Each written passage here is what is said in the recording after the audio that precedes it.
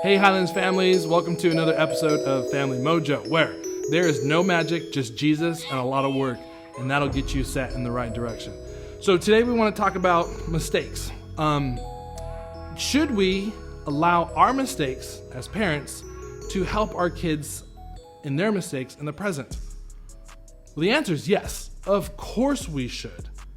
Here's where we get tripped up sometimes, and this is the first thing that we want to talk about, is that history is it's a great teacher. Sometimes what we'll do is we'll have this thought in our heads that, well, I made a lot of mistakes, in my past. So what right do I have to speak into my kids and the mistakes that they're making today? The answer is every right. God has put you in their lives. God has given you these kids to raise them up in the ways that they should go. Read Deuteronomy 6 verse 7 and 8. That is our responsibility to provide wisdom and modeling for our kids and what they should do when they grow up. And so it's not only our right, it's our responsibility to speak into our kids' lives. So know this: the mistakes that you've made, the mistakes that I've made in our past, does not disqualify us from speaking into our kids' mistakes today and in their life. So know that. You'll never stop being a parent. The other thing too is that we think that, just because I oppose them today and I didn't oppose those kind of mistakes back then, it sends a weird signal. No, loving our kids well means speaking the truth in their lives. And that means it doesn't disqualify you, and it doesn't make you wrong for not agreeing or having a contrary, point of view to the mistakes that our kids are making today. We have to speak truth. Our mistakes we've made doesn't disqualify us, like I said, and our perspective today, because we've made mistakes in the past, doesn't change. The truth is always going to be the truth. So here, ready? Speak the truth to your kids. Don't be afraid. Sometimes what we want to do is we want to be a friend. Do you know that God doesn't call us to be our kids' friend? That's not the priority. He calls us to be their parents.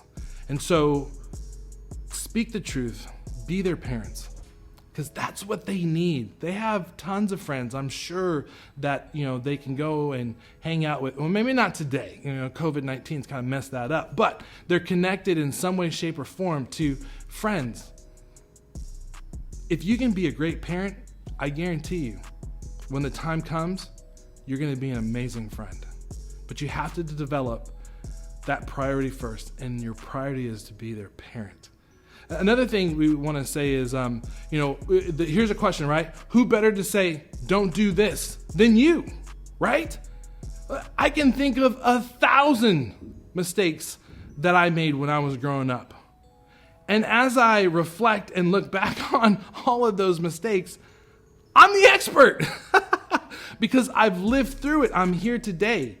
I've lived through those mistakes. I've suffered the consequences that came with them, however small or great they were. And so what better of a person that has had those experiences to go, don't do it. I sometimes think that that's a part of what the Bible's meant for.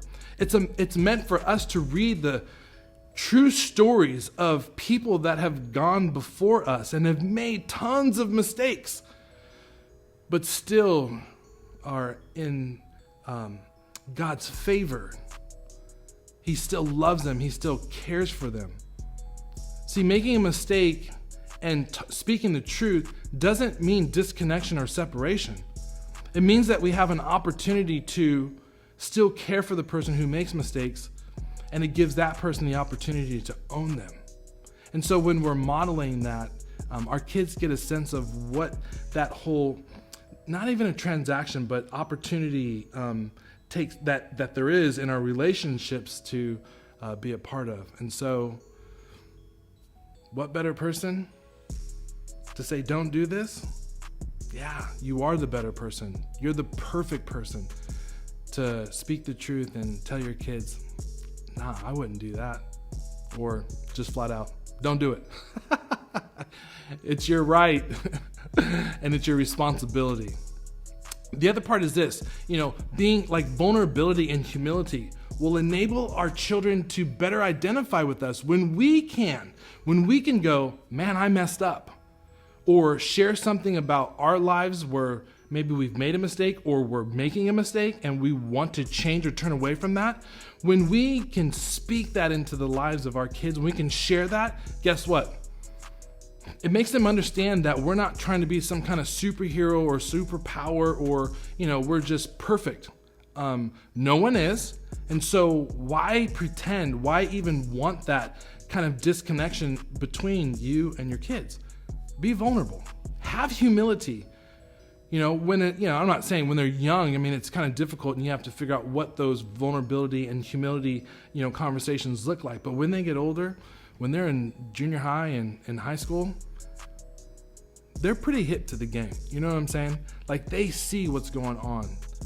And when we can drop our defenses and share our lives with our kids when they're in their teens, it just lets them know that nobody's perfect and that we have a loving God. And as parents, we're a reflection of that. We are the image bearers. We are the imago Dei of a God who cares for us so much that we are not a sum of our mistakes, but we were created with a purpose from an amazing and a loving Creator.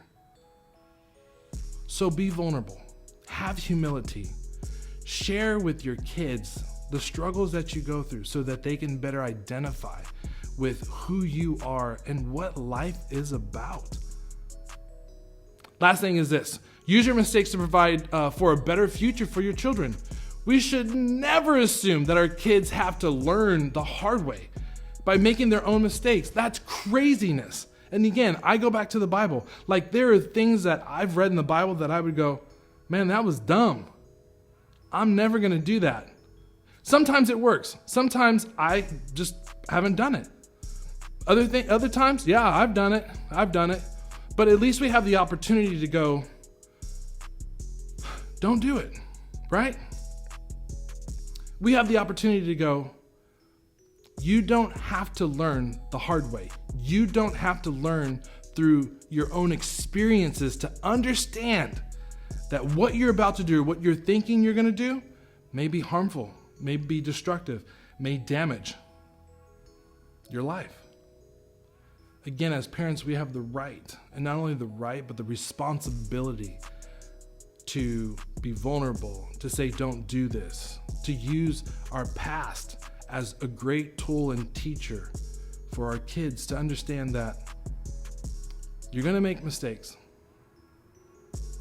and I'm going to love you through them because I've made mistakes. And the God that has created all of us continued to love me.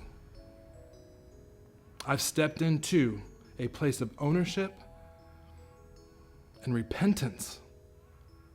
And through that, I can still receive the love, the fullness of his love that he wants to give me.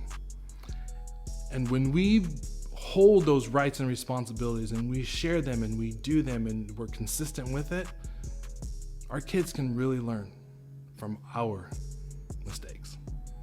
Thanks for tuning in. Thanks for watching. Hopefully you got something out of this. Go be vulnerable with your kids. Peace.